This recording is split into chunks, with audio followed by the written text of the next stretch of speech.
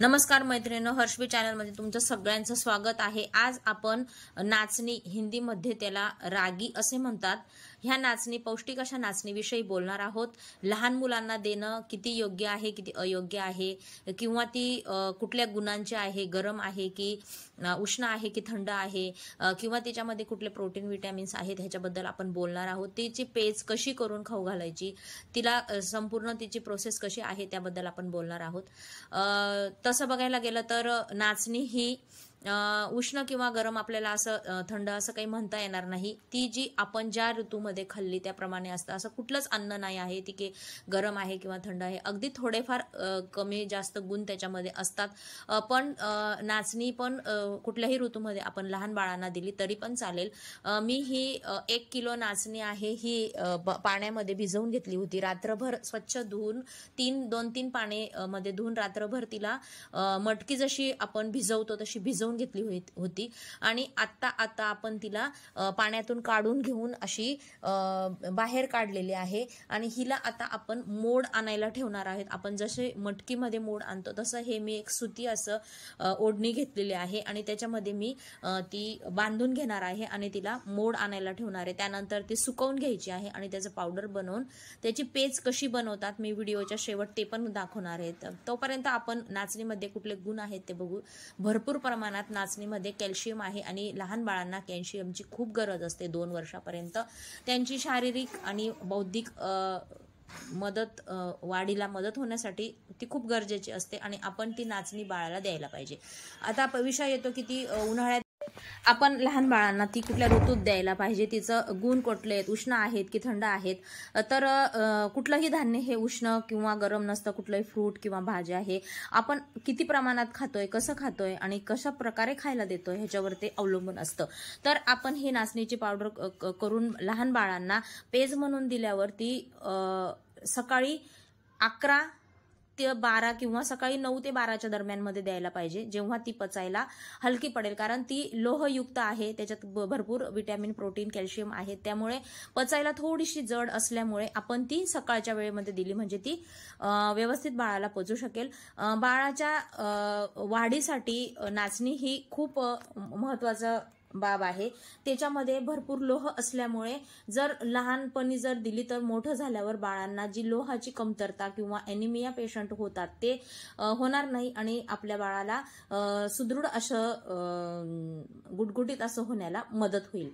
तर ही नाचणी चे फायदे म्हणजे नाचणीमुळे बाळाची हाडं ही बळकट होतात, त्यांना कॅल्शियम मिळतं म्हणून त्यांना हाडं बळकट, दात येणं सोपं जातं। आणि हे सगळं 2 वर्षापर्यंत बाळाला कॅल्शियम, लोह हे खूप गरजेचं असल्यामुळे ते बाळाला द्यायला पाहिजे। कोणत्या केसमध्ये द्यायचं नाही, जे आपल्या बाळाला शी ही कडक होत असेल तर त्या केसमध्ये आपण ती थोडी कमी प्रमाणामध्ये पावडर, आपण रेग्युलरी 1 पोहे खायचा चमचाची पावडर बनवून त्याची पेस्ट बनवायची आहे। आणि जर बाळाला शी कडक होत असेल तर आपण त्याचं प्रमाण थोडं कमी करायचं, अर्धा चमचा घ्यायची आणि पातळ अशी पेस्ट करून खाऊ घालायची। पण बाळाला सवय करायची म्हणजे आपोआप ती नाचणी पचायला हलकी जाईल।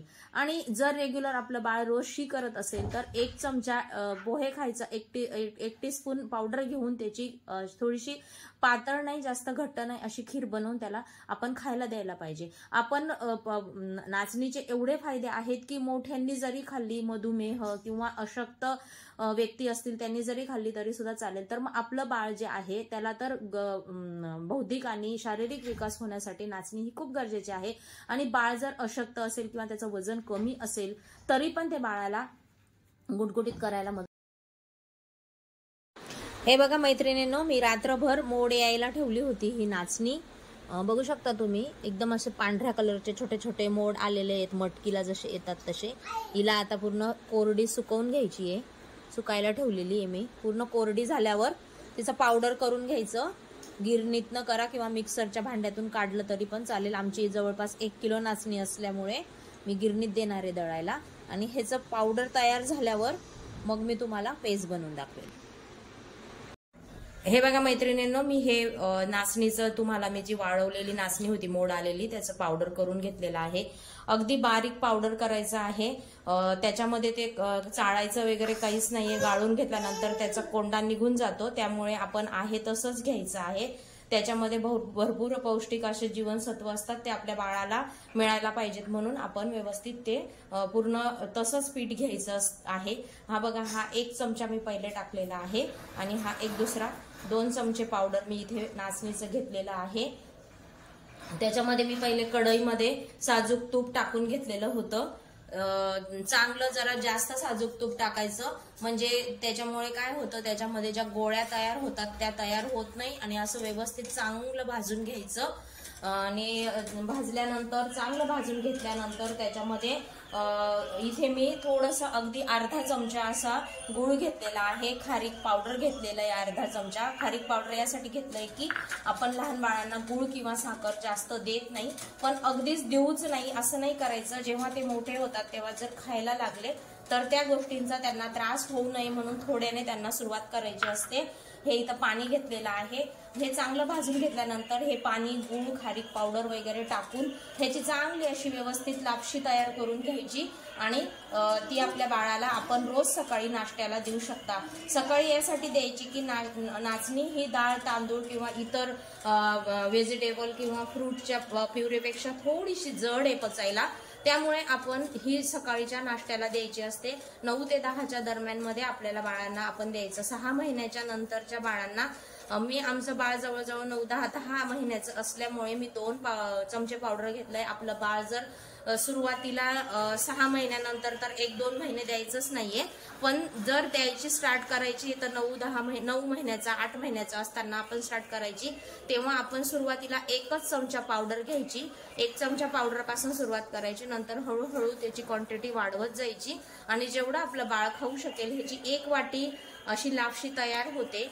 आणि तेवढं जसं पचवेल बाळ तसं सुरुवातीला एकदम पातळ करायची. नंतर त्याचा घट्टसरपणा हा वाढवत जायचा आणि ह्याप्रमाणे आपण ती प्युरी करायची. हे बघा, खमंग असं भाजून घ्यायचं असतं. चांगलं भाजलं नाही तर त्याच्यात कच्च राहून बाळाला पोटात त्रास होऊ शकतो. त्यामुळे आपण हे चांगलं भाजणं तेवढंच गरजेचं आहे. हे बघा, हे पाण्यात एकदम हळूहळू टाकायचं आणि फिरवत राहायचं.